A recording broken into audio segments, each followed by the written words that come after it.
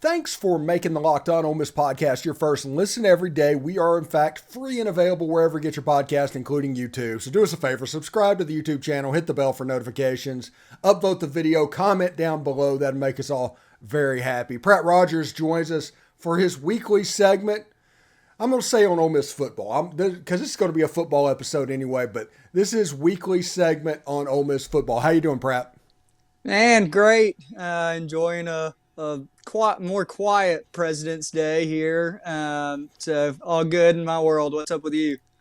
Oh, same thing. Today was a relatively nice day. Did some grocery shopping. Just got through with a nice supper. Yeah, we're going to be all right. There you go. Take that all day.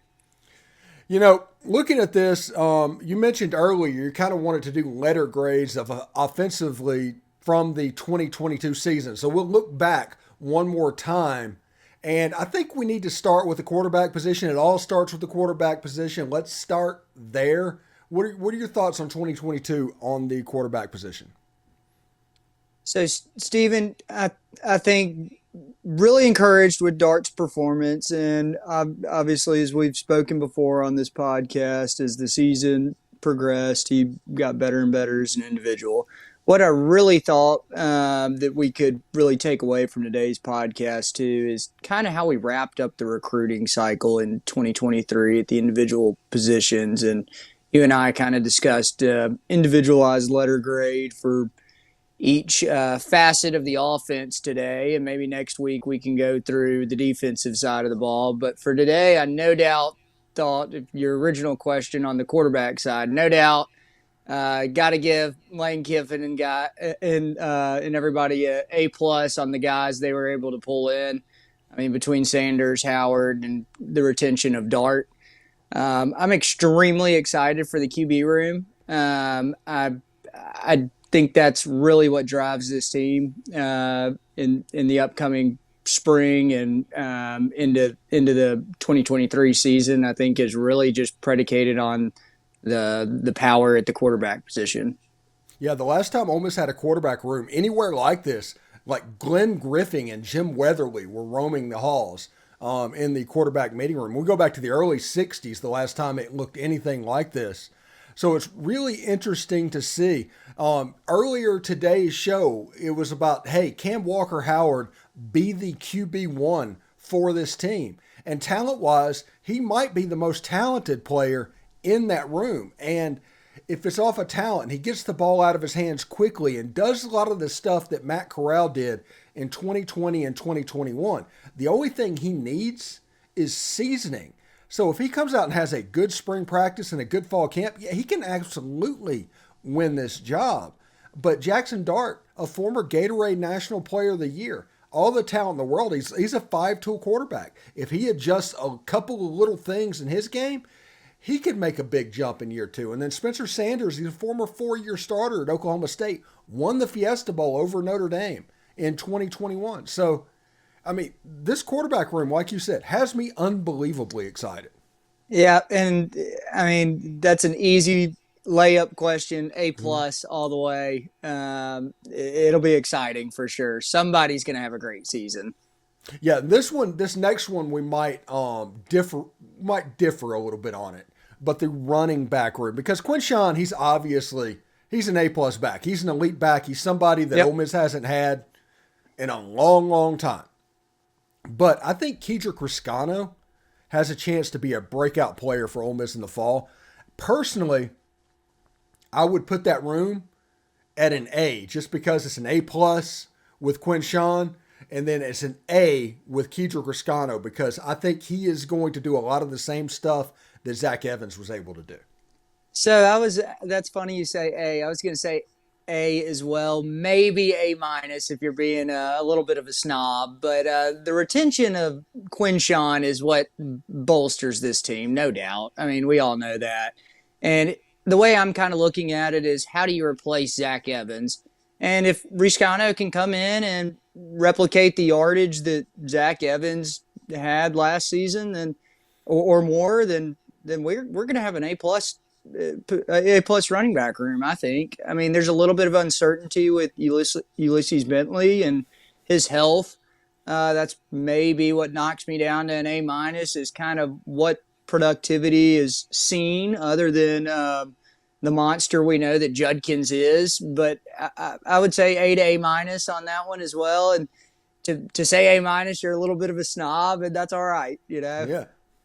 Yeah. And when you look at these skill positions that Ole Miss has at their disposal, who's playing there, just an embarrassment of riches at running back, at quarterback, even at wide receiver. There might not be names that anybody remembers, but Trey Harris is an elite Conference USA wide receiver.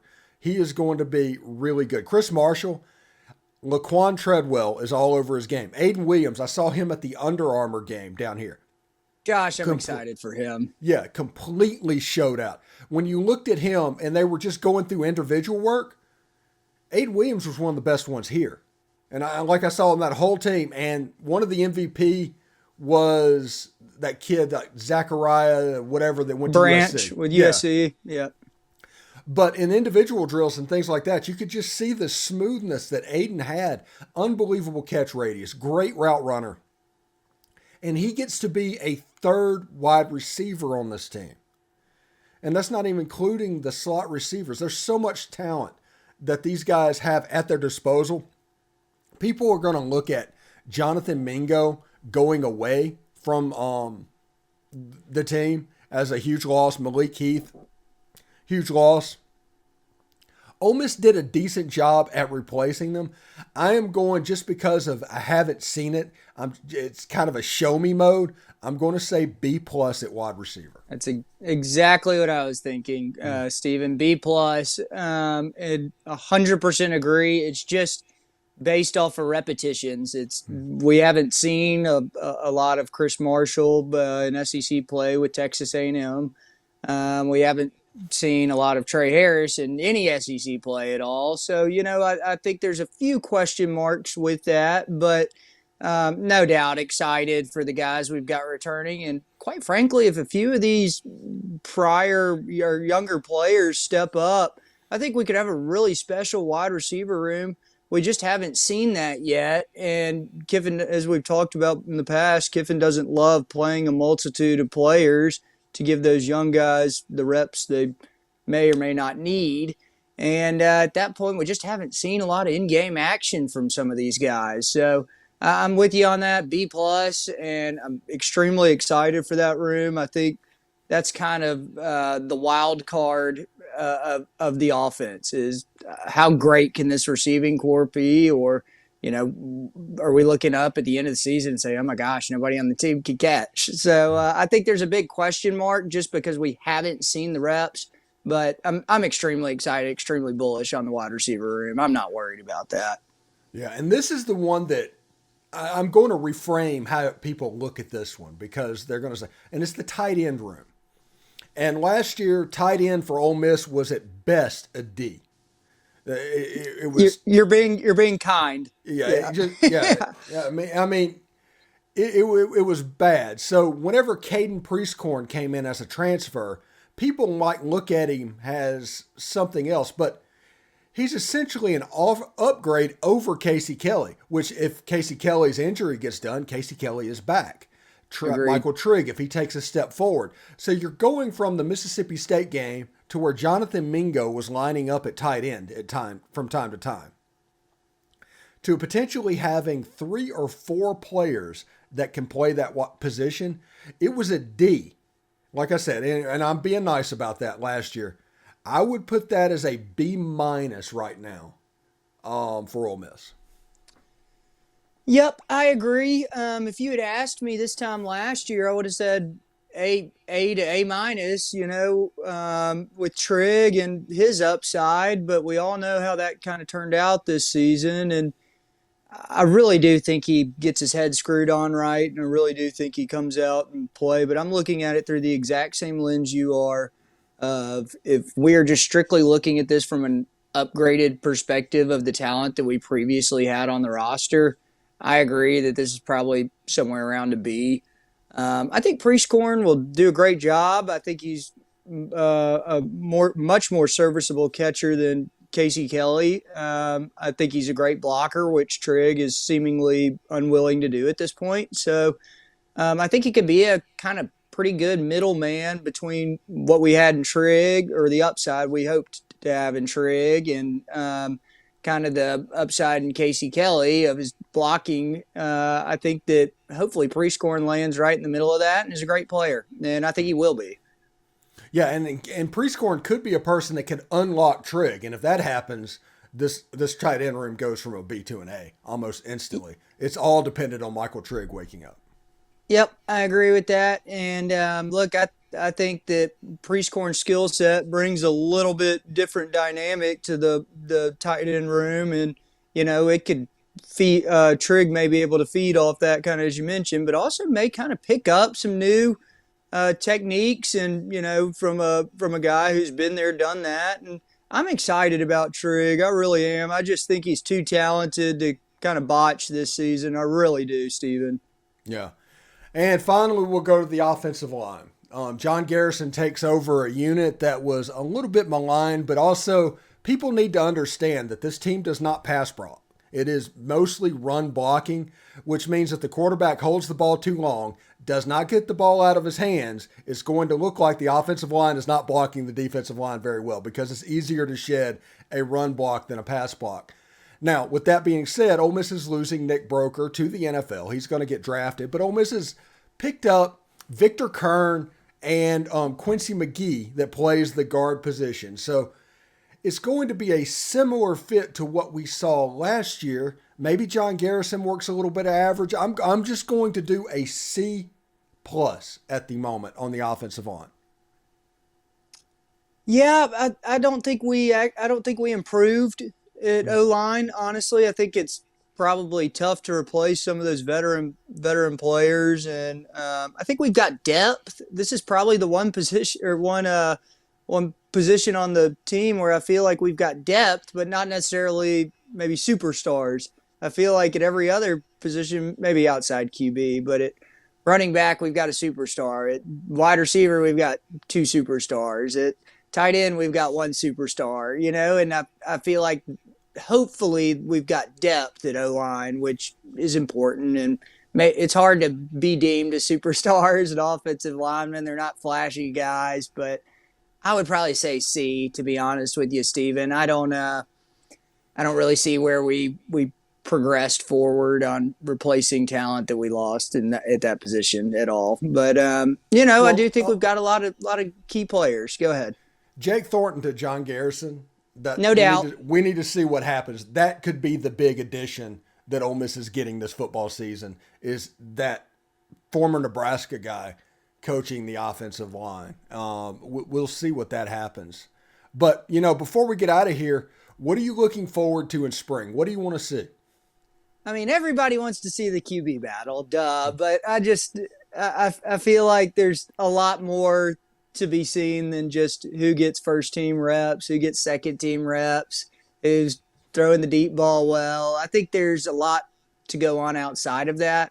I'm really probably looking at, I know we've talked about him a lot on this podcast, but Trigg, I just feel like he's got to come out and get his head on right and do the right things and block. And I would be looking for him, not necessarily from a touchdown perspective, or we know he's got the capability to do that, but I'm more concerned, will he be a team player? Will he be on the field? I mean, I have no idea if I know he's not suspended anymore, and I'm seemingly in good graces with the coaching staff, but I mean, he's a very critical part of this team, and I will be very interested to see if he lines up with the ones, the twos, or kind of how he's progressing in the eyes of the coaching staff.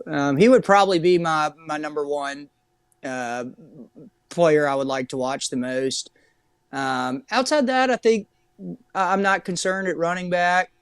Be interested to see maybe the chemistry with some of the quarterbacks and the wide receivers, but I think Trigg is really what I'm keeping my eyes on. Any thoughts from you on that? Well, this is the thing with Michael Trigg that I think people need to look out for. With the addition of Caden Priscorn at tight end, look for Michael Trigg to play some slot receiver, to where you're essentially putting two tight ends on the field at the same time, but in a Yeah. standard formation to where you can use his freak athletic ability inside the slot, work on mismatches, things like that. And that eliminates him having to block for the most Uh-huh. part. Yeah, and Priestcorn, and if Kelly comes back, they can take the lion's share of that. Him and Jordan Watkins can sit over in the slot position, and this gives Ole Miss's offense some flexibility. This will help in the run game because there's a difference between Michael Trigg blocking a cornerback or safety or Jordan Yep. Watkins. I think that is something we need to look for. I called last season, all season. I called for 20 personnel. Finally got it in the Texas Bowl. Not enough, but we got it in the Texas Bowl. So I think we'll see this offense evolve a little bit. But Michael Trigg at slot receiver and Caden Priestcorn together, you're going to see, I think, Ole Miss in some 12 personnel, in my opinion. No, I'd be excited to see that. If you had to pick just one player that you think will really ball out in the spring game, any ideas? Trey Harris. Ooh, I like it. Yeah, I think he is the one that's going to absolutely go. And this is the reason why. Jackson Dart is addicted to outside wide receivers and throwing the ball down the field. So whichever receiver can make plays down the field, they're going to go to. I think Trey Harris, him and Chris Marshall might be competing, but Trey Harris has a little bit of the experience. He'll be the guy that is the deep threat that Jackson Dart can go to. So he's going to get a lot of targets in that spring game, in my opinion. I like it. Anyway, thanks again for making the Locked On Ole Miss podcast your first listen every day. Make sure you check out our brand new podcast. It's Locked On College Basketball. Everything you need to know about college basketball in one place. Plus, you get to hear from big name experts, insiders, coaches, and players. It's Locked On College Basketball. It's available on YouTube and wherever you get your podcasts. Hey, Pratt, thank you very much for stopping by tonight. Good episode, man. I can't wait to do the defensive side of the ball next week. I'm excited. Looking forward to the spring game. Looking forward to talking defense, and really appreciate you having me on. No problem, buddy. Take care. See ya. Bye.